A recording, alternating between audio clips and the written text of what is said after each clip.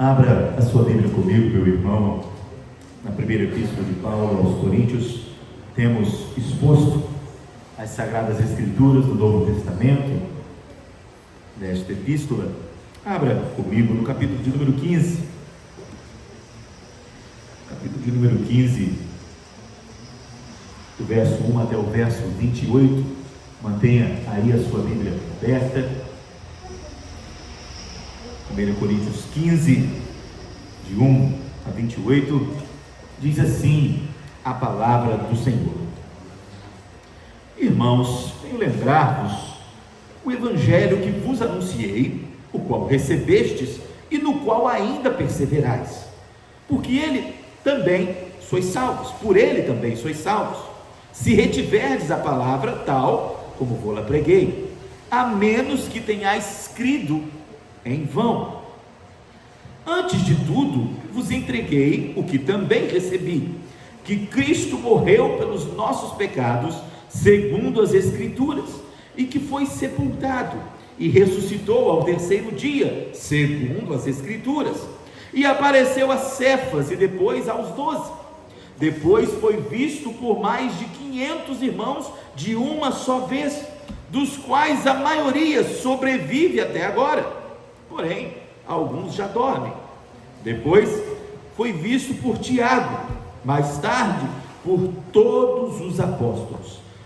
E afinal, depois de todos, foi visto também por mim, como por um nascido fora do tempo, porque eu sou o menor dos apóstolos, que mesmo não sou digno de ser chamado apóstolo, pois persegui a igreja de Deus.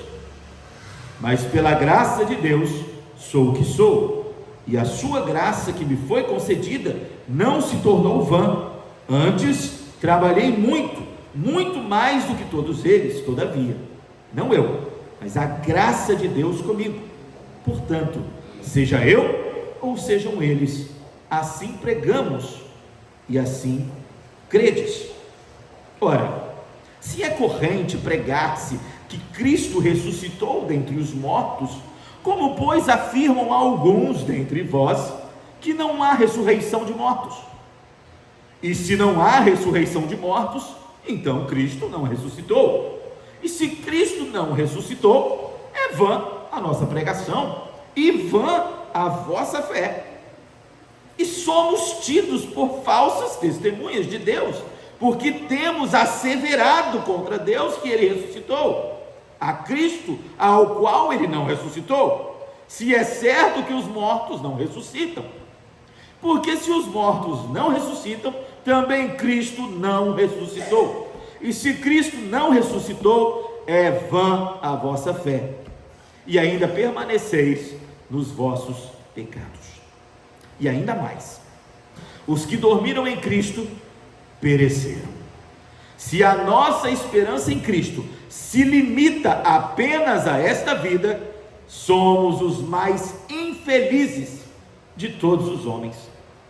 Mas de fato, Cristo ressuscitou dentre os mortos, sendo ele a primícia dos que dormem, visto que a morte veio por um homem, também por um homem veio a ressurreição dos mortos. Porque assim como em Adão todos morrem, assim também todos serão vivificados em Cristo, cada um, porém, por sua própria ordem. Cristo as primícias, depois os que são de Cristo na sua vinda. E então virá o fim, quando ele entregar o reino ao Deus e Pai, quando houver destruído todo o principado, bem como toda a potestade e poder, porque convém que ele reine até que haja posto todos os inimigos debaixo dos seus pés. O último inimigo a ser destruído é a morte, porque todas as coisas sujeitou debaixo dos pés. E quando diz que todas as coisas lhe estão sujeitas, certamente exclui aquele que tudo lhe subordinou. Quando, porém, todas as coisas lhe estiverem sujeitas, então o próprio Filho também se sujeitará àquele que todas as coisas lhe sujeitou, para que Deus seja tudo em nós. Senhor Deus, soberano Pai, lida fora a tua palavra, fala, pois, ao nosso coração pelo teu Santo Espírito, e instrua-nos, Pai, na reverência das sagradas letras, com o devido discernimento, entendimento, para, Pai, que se transformem em disposição, em vigor, não para apenas conhecermos o bom termo da Tua verdade, mas para vivermos a justiça da Tua palavra. Sê conosco, Pai, pela instrução do Teu Espírito, é o que pedimos, em nome de Jesus. Amém. Temos acompanhado, irmãos, na Epístola de Paulo à igreja de Corinto, as dificuldades dessa igreja, a imaturidade desta igreja, querendo disputar, querendo com contendas, medir quem estava mais maduro na vida de fé, quem detinha o dom espiritual mais precioso, mais transcendente, mais demonstrativo, quem era aquele cristão mais fervoroso, tomando partidos. E nessa disputa maledicente e pecaminosa, concentrados neste pretenso embate da fé, desligavam-se da verdadeira espiritualidade, tolerando pecados, imoralidade, praticando promiscuidade, deixando entrar nos limites da fé vãs filosofias, conhecimento destituído da vida pagã, que contextualiza todo o ambiente da cidade de Corinto, entre muitas das outras igrejas do período do texto bíblico, estando eles inclusive confusos quanto à ordem de culto. Paulo, desde o capítulo 11 aqui, começa a estabelecer o que deve ser o culto, a necessidade de ordem no culto público, a necessidade do culto público de seguir e cumprir aquilo que já está exposto no culto das Sagradas Escrituras. Sim, meu irmão, Paulo lembra aquela igreja como nós precisamos lembrar: há um culto, há um Deus cultuado, há um Deus que se revelou à igreja, que se revelou ao seu povo, que se revelou aos filhos dos homens e demandou dos filhos dos homens este culto. É um serviço de culto que nós prestamos a Ele, não é um culto para nós. Os termos do culto são termos que Ele definiu para expor, ensinar e tipificar glória dele mesmo. Não pode haver no culto contendas, não pode haver no culto confusão. No culto tudo é didático, tudo ensina, não tem eu. Temos o nós, a comunidade da fé, expressa na condução de serviço de culto ao Senhor. Paulo deixa isso muito claro. Paulo começa a falar, especialmente no último capítulo, sobre a disposição dos dons, que o dom máximo, que o caminho mais excelente para a condução não apenas do culto, mas para a vida de culto diante de Deus, é o amor. O sublime amor que nos aplaca, que nos diminui a condição de escravos de Cristo que somos. Portanto, se essa igreja vive essa condição, não vão se impor uns sobre os outros, combativos, maledicentes, não fariam isso, porque o amor impera. Mas só é possível amar ao próximo como a nós mesmos, o que é natural da comunhão, se amarmos ao Senhor sobre todas as coisas. Então este caminho mais excelente precisa de um prumo, o amor. Mas o amor precisa também de um outro prumo, de um equilíbrio, de uma direção, de um fundamento, e este fundamento é a nossa sujeição ao Senhor. Aonde aprendemos isso? No culto. Este serviço deve emanar este ensino e, portanto, é necessária ordem, compreensão, objetividade para alcançarmos profundidade na sua palavra e sermos transformados não pela mera emoção, não pela reprodução de ritos pretensamente religiosos e eclesiásticos, mas pela palavra de Deus exposta pela inspiração de seu Espírito na sagrada lei, nossa única regra de fé e de prática. Este enredo ainda se faz plano de fundo e propósito do apóstolo no ensino da igreja, porque agora ele continua falando do culto, mas não apenas de seu método, de sua organização, mas ele estabelece o centro do culto. Ele está falando da palavra, do que contém o ensino central das Escrituras, e ele define este ensino em 4 pontos, ensinos elementares que devem fazer parte dessa declaração de fé, desta confissão de fé da Igreja de Cristo, ainda que nos seus primórdios, ele estabelece que Cristo morreu por nossos pecados. E ele define, segundo as Escrituras. Quem diz isso não é Paulo, quem diz isso é a palavra de Deus. Mesmo que Pedro possa olhar para Paulo e dizer que Paulo, como as demais Escrituras ensinam, ele reconhece-se a inspiração de Deus em Paulo, mas Paulo está falando aqui da própria Escritura desde das primeiras menções no Pentateuco. Paulo está falando da palavra de Deus que vem à mão dos filhos de Israel por todos esses séculos. Não apenas os anúncios do Novo Testamento, a ressurreição, a morte de Cristo, a morte do Messias pelos pecados dos filhos dos homens estava profetizada. Primeiro ponto do argumento de Paulo. Segundo ponto, ele foi sepultado, ele foi morto, razão por nossos pecados, como dizem as Escrituras. Ele foi sepultado, como dizem as Escrituras. Ele foi ressuscitado no terceiro dia, como dizem as Escrituras. E ele apareceu a Cefas e depois aos demais, como dizem as Escrituras. Em primeiro lugar, irmão, quando estamos estudando a palavra do Senhor, precisamos procurar padrões descritivos que nos propõem melhor entendimento à narrativa. Há um padrão descritivo na fala de Paulo muito forte. Segundo as Escrituras. De onde tiramos o ensino do culto? Das Escrituras. O que precisa estar absolutamente contido no serviço de culto? As Escrituras, a exposição das Escrituras. Centro do culto, a exposição da palavra, meio de graça pelo qual e através do qual o Espírito edifica a sua igreja, exposição das Escrituras. Por isso Paulo marcou de maneira tão forte e incisiva no último capítulo, que o dom de profecias era melhor do que o dom de línguas. Afinal, se as línguas devem edificar, se o ensino da palavra está no texto, ou melhor, está no culto, ele precisa ser entendido para que possa edificar. Portanto, se ele precisa ser entendido, então ele precisa ser interpretado. E se ele precisa ser dito e então interpretado, é melhor dizer direto. Então a profecia é melhor, que é mais objetiva, clara e é diretamente dito. Paulo está fazendo uma comparação. Logo após essa comparação, Paulo vem falar sobre o conteúdo desta mensagem, o conteúdo do segundo as Escrituras.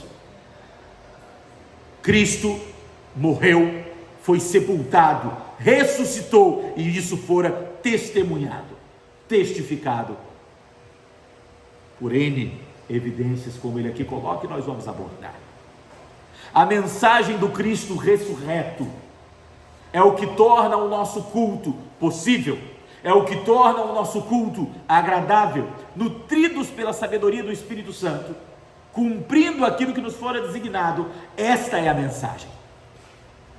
Segundo a cultura do Antigo Oriente, irmãos, estamos falando de uma cidade de Corinto, é uma cidade fortemente condicionada à filosofia grega. É uma cidade comercial muito grande, efervescente nos fóruns, nas ágoras, como também é Atenas, entre outras cidades grandes da antiga Grécia. E segundo o entendimento da filosofia, o corpo é um limitador. O corpo é algo impuro, que vincula a desejos desta vida, a imoralidades desta vida. Então nos importa sermos libertos do corpo, nos importa cuidar da nossa alma. Não é o que diz a Escritura Sagrada. Teu corpo, templo do Espírito do Senhor, deve ser guardado como sua alma é guardada. Há uma unidade na criação. Deus faz o homem, o corpo, forma o corpo do homem com as suas mãos, diferente das demais figuras criacionais, onde o verbo de sua boca declara, e a partir do nada o que foi feito se fez. O homem é formado pelas mãos do Senhor, a única criatura segundo a sua imagem, segundo a sua semelhança. E essa imagem e semelhança não se dão apenas na esfera espiritual na esfera abstrata, mas se concretizam no corpo, na vida, na identidade do homem. Mesmo o homem caído, redimido em Jesus, testifica da pessoa de Cristo em si mesmo, reflete a luz do Senhor por sua sujeição, por sua busca ao conhecimento, por sua condicionada disposição ao serviço. Fazemos isso para a glória dele. O corpo, a alma, esta dualidade material e espiritual compõe a unidade da criação do gênero humano. E este corpo caído, que vive no mundo sob os efeitos do pecado, que sofre a punição da morte, da punição da aliança, por não termos cumprido pela queda e condição do mundo maldito, precisa ser também redimido. Em outras palavras, nossa alma é libertada, nosso corpo é libertado, nossa alma condicionada em santidade, nosso corpo condicionado em santidade, até sermos unidos a Cristo, glorificados nele e alcançarmos potências que só nos são possíveis por causa dessa união. A ressurreição do corpo é um fator crucial das Escrituras. Não podemos, como diziam os antigos gnósticos, ou mesmo os protognósticos, os primeiros passos, que o corpo pode ser entregue a qualquer comportamento, desde que guardemos sã a nossa alma. Não. Inclusive há uma categoria de pecados mais odiosos, pecados do coração, pecados contra o próprio corpo, se fazem mais odiosos. Existe sim, meu irmão, pecados menores e pecados mais incisivos, pecados mais tenebrosos, que carregam consigo consequências mais incisivas, mais severas e tenebrosas, é claro que há.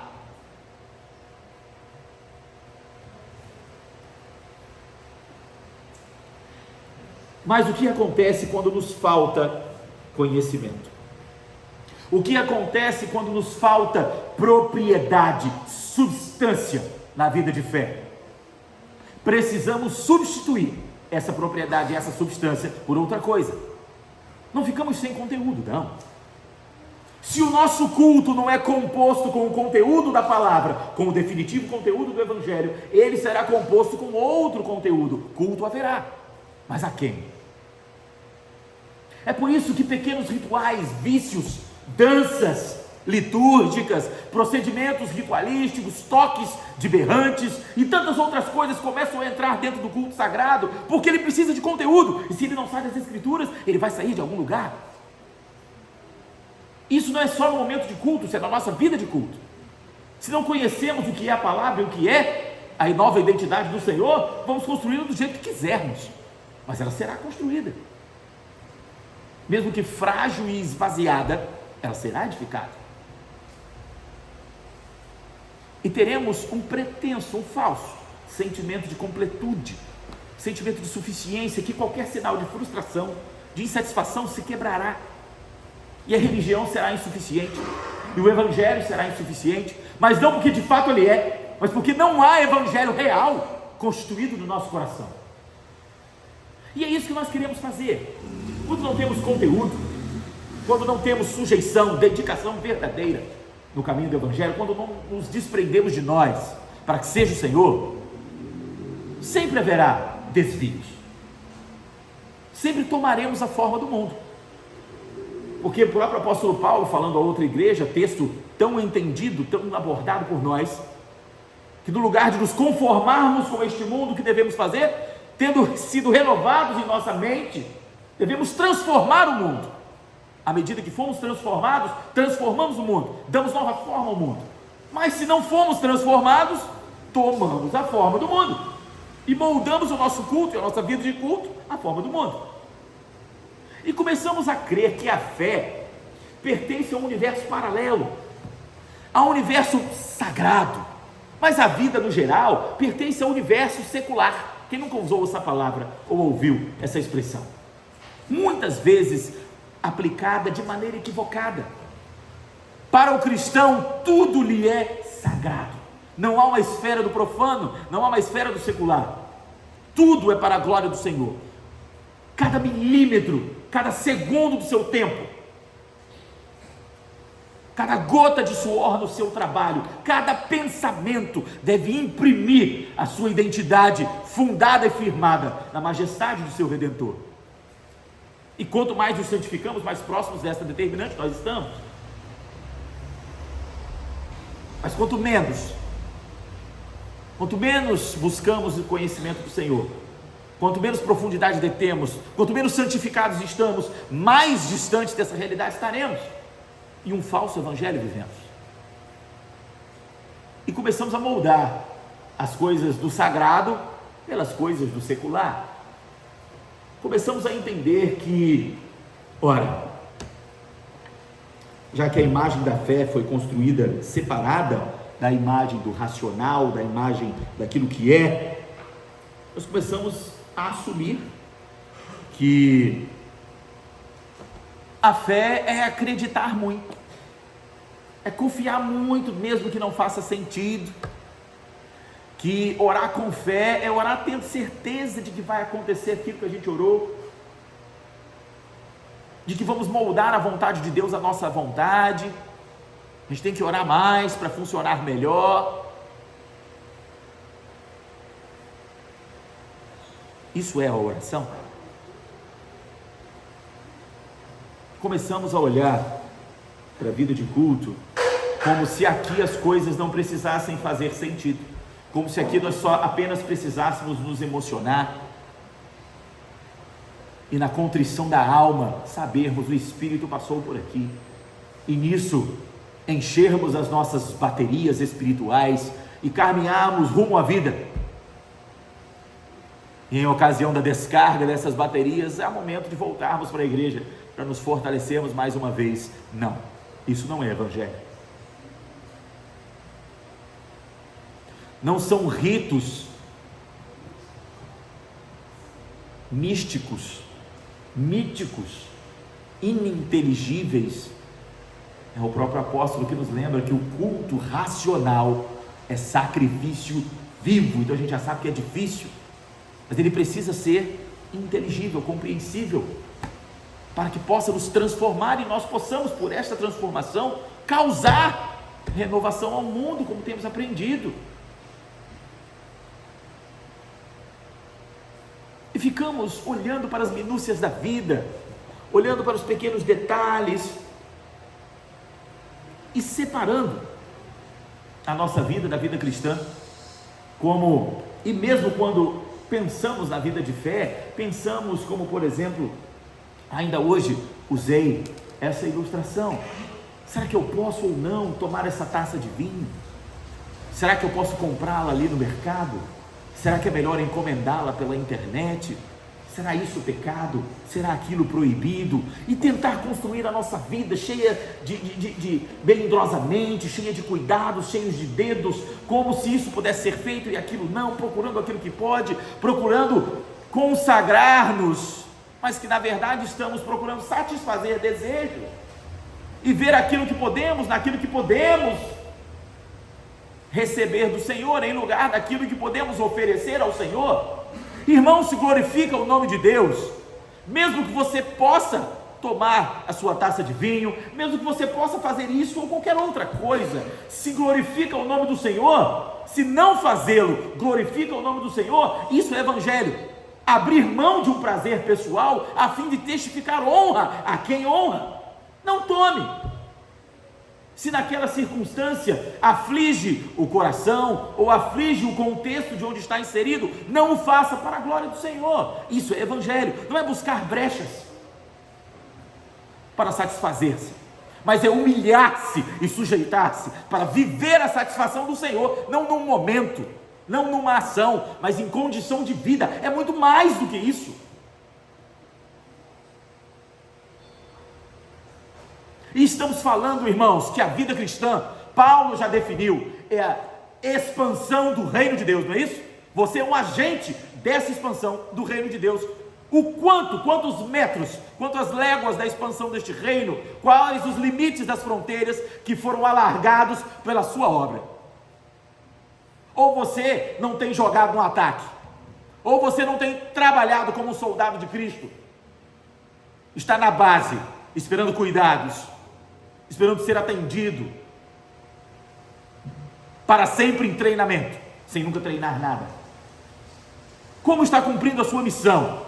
Se está sempre na defesa, sempre lutando contra seus pecados, preso num ciclo vicioso de sofrimento e pecado, que nunca abandona, nunca progride, e reclama, se direciona ao Senhor.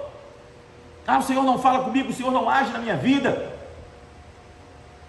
não se empenha um segundo em encontrar-se no seu lugar de escravo desta obra, de servo desta obra, e ressignifica a obra. Porque para você, irmão, você não é dotado aí das filosofias do mundo antigo, do mundo grego. Você não pensa, talvez, que a alma precisa ser liberta da podridão do corpo físico. Você não nega, possivelmente, a ressurreição de Cristo. Mas você está imbuído de outras determinantes. Você ressignifica essa ressurreição com constância. Por quê? Cristo ressuscitou para quê? Segundo as Escrituras e na palavra do apóstolo Paulo: para perdão dos nossos pecados, para suspender o nosso induto de dívida.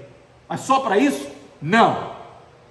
Para inaugurar o reino de Deus, para comprar para o Senhor Deus o Pai um povo de toda língua e de toda nação, como diz o texto de Apocalipse, para por seu sangue trazer a vitória, inclusive por sobre a morte,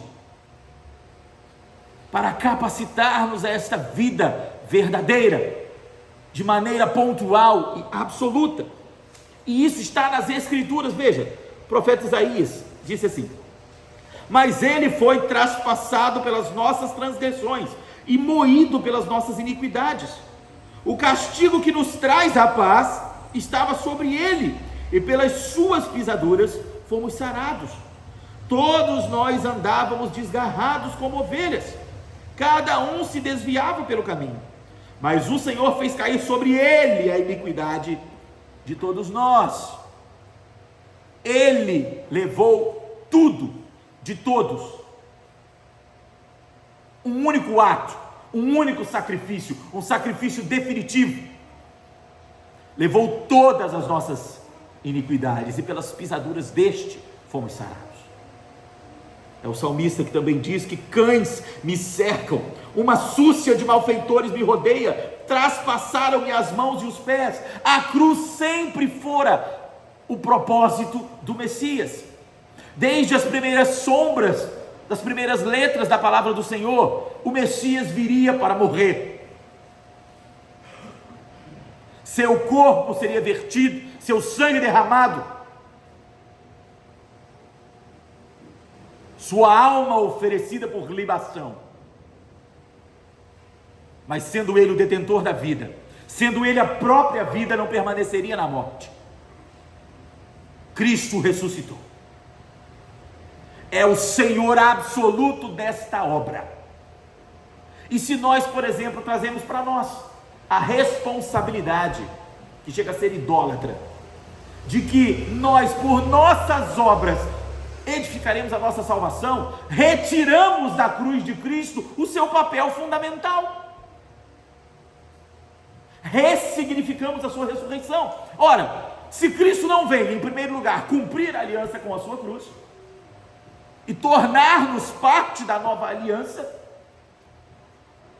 o que veio ele fazer? Não faria muito mais sentido, então, já que é preciso um passo nosso, um esforço nosso, uma diligência nossa para recebermos ou mesmo mantermos essa salvação, não seria mais fácil colocar todos os filhos dos homens na condição de Adão? Esses que obedeceram, vão. Esses que não, não. Não era assim no Éden, no jardim do Éden? Não era só todo mundo passar pelo mesmo crivo? Por que não foi assim?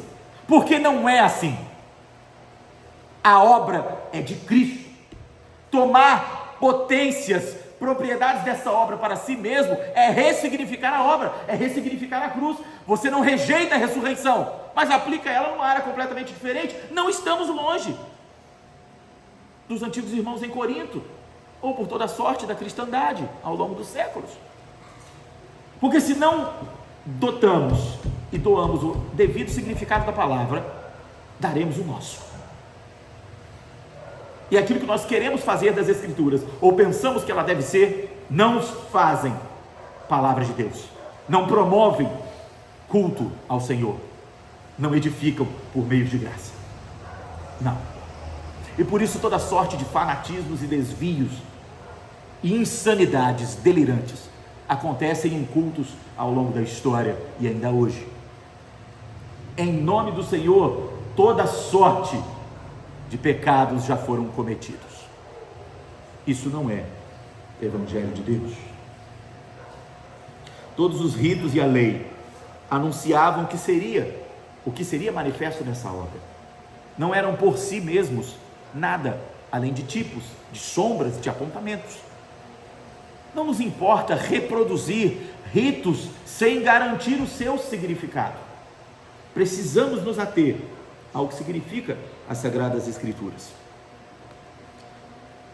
O texto de Levítico diz: disse mais o Senhor a Moisés: fala aos filhos de Israel e dize-lhes: quando entrardes na terra que vos dou e cegardes a sua messe, então trareis um molho das primícias da vossa messe ao sacerdote. Este moverá o molho perante o Senhor, para que sejais aceitos. Vão plantar, vão colher. A primeira parte dessa colheita é oferecida. O sacerdote mostra esta primeira etapa, esta primeira parte, a primícia da colheita, a primazia, aquilo que veio primeiro. E isso serve de libação. Paulo está fazendo essa referência. Cristo é essa libação que torna o Pai favorável. Isso é o que chamamos de expiação. Isso é o que chamamos, a expiação do perdão do nosso pecado, que é o sangue derramado no propiciatório, algo que chamamos propiciação, é tornarmos Deus favorável a nós. Por quê? Pelo que fizemos? Não, pelo que fez Jesus. Lembra, desde o Antigo Testamento, propiciatório é a tampa da Arca da Aliança. Se aspergia o sangue sobre a tampa, a coluna de fogo descia, consumia aquele sangue. Cristo derrama o seu sangue e satisfaz a ira de Deus, que deveria vir sobre nós, e ela não vem, porque veio sobre Cristo. Agora você quer tomar as rédeas da sua vida, transfigurar o Evangelho para que ele aqueça seu coração, no lugar de fortalecer a sua alma, de sujeitar a sua alma.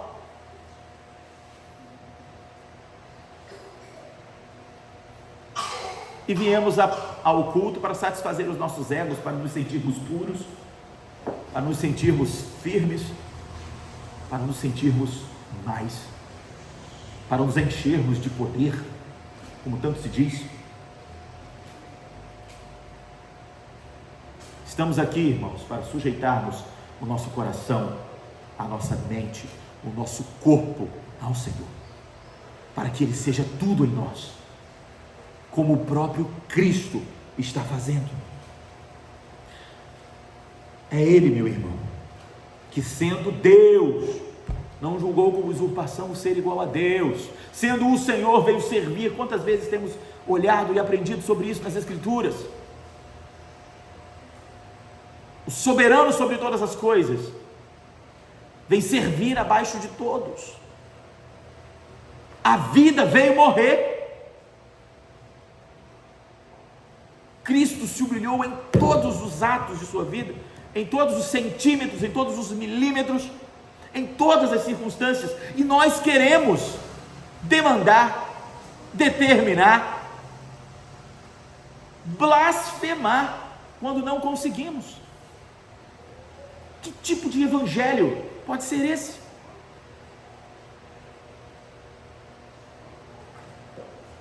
Quando Paulo está marcando em meio a esta igreja, que esta pregação que foi entregue a eles, não apenas por ele, mas por todos os apóstolos, e ele se reconhece como o menor desses apóstolos, ele se chama de um apóstolo tardio, aquele que nasceu fora do tempo. Afinal, Jesus já tinha sido assunto aos céus quando chama Paulo naquele deserto. Não, Paulo não caiu do cavalo, ninguém disse que ele estava a cavalo, podia estar até a pé.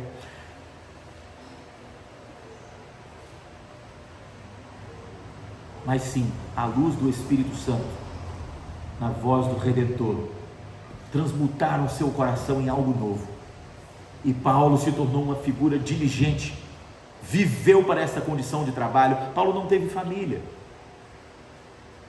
E Paulo não teve família porque voltou o seu coração para o Evangelho. Isso não é uma demanda, mas foi um dom que Deus lhe deu, e ele encorajou, como nós aprendemos nessa mesma carta, que aqueles que receberam esse dom, vivam essa vida, mas aqueles que não tentem. E ele tem vivido essa vida, e por isso ele diz que trabalhou muito mais, não para construir o seu caso, não para massagear o seu ego, porque ele sabe que o que ele fez através da graça, pela graça do Senhor. Deus lhe deu este privilégio, esta alcunha de trabalhar mais. Por quê? Porque ele também fez mais e contra a igreja, e vai viver uma vida de sacrifícios ao Senhor, por conta de sua vida desvirtuada adiante.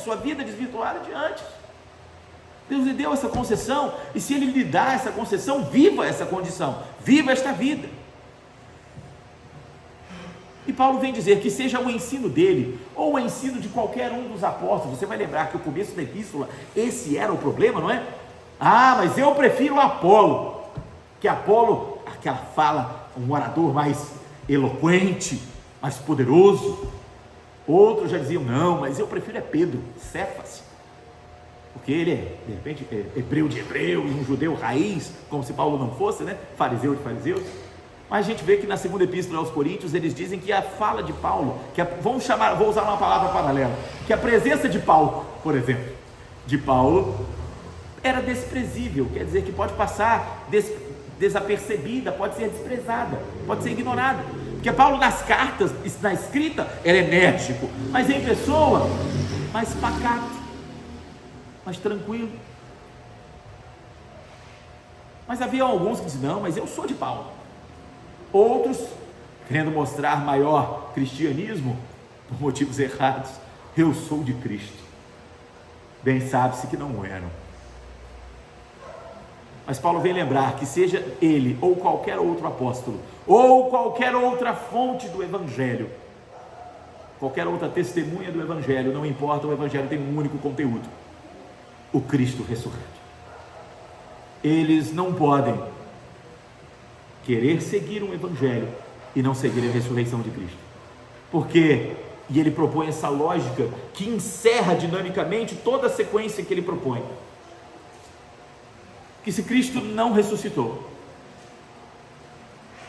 não seremos nós ressuscitados. Ele é a primícia, ele é a messe, a primeira messe, a primeira da colheita, que vem antes de todas, que é balançada pelo sacerdote. Ele é a libação que nos livra do mal. Se ele não morreu e portanto não ressuscitou, se ele morreu e não ressuscitou, ele não venceu a morte. Qual é a nossa esperança? Se ele não morreu e morremos nós, nossa punição na aliança não foi cumprida. O que for então a cruz? É necessário que morra, que seja sepultado, que seja ressuscitado, para que cumpra em si aquilo que veio cumprir. É necessário que creiamos e vivamos aquilo que diz as Escrituras, e nada mais e nada menos. Isso é o Evangelho de Cristo. E Paulo precisa dizê-lo ainda mais uma vez. Eles não podem crer e descrer. Eles não podem ser alcançados pelo verdadeiro Evangelho e depois ignorá-lo.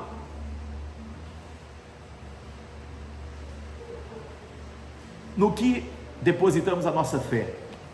No nosso esforço, na nossa disciplina, na nossa diligência, nos nossos limites, nos nossos desejos, ou em Cristo Jesus?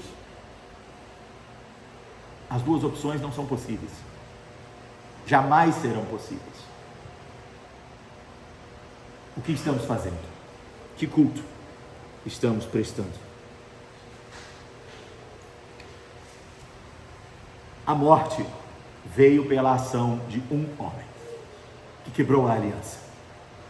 Um homem. E pela morte de um homem, a vida se refaz.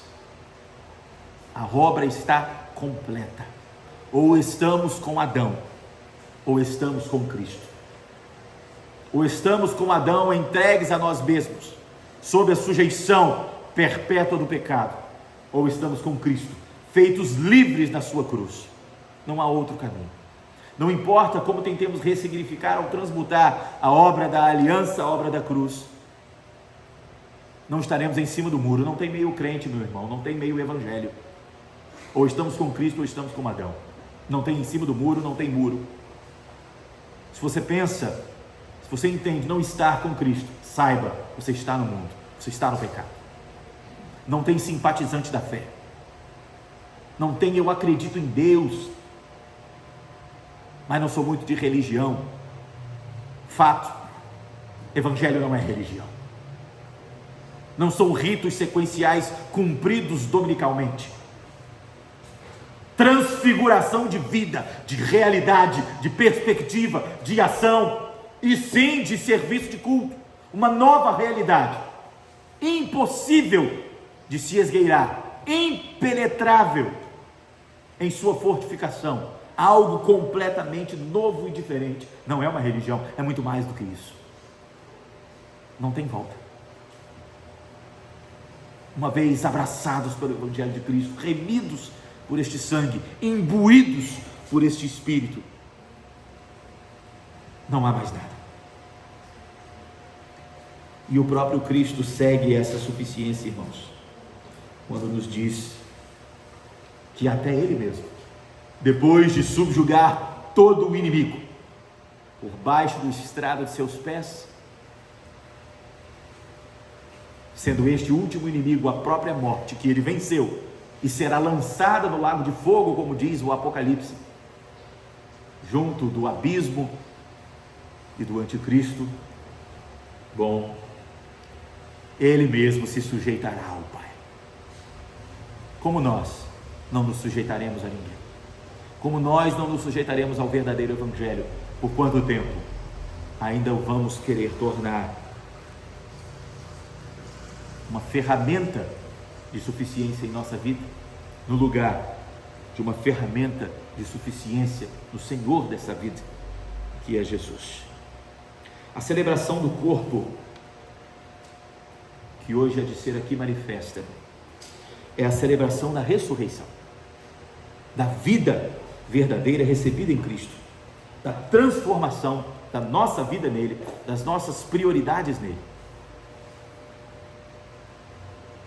Meio de graça, de ensino e de alimento para a sua igreja.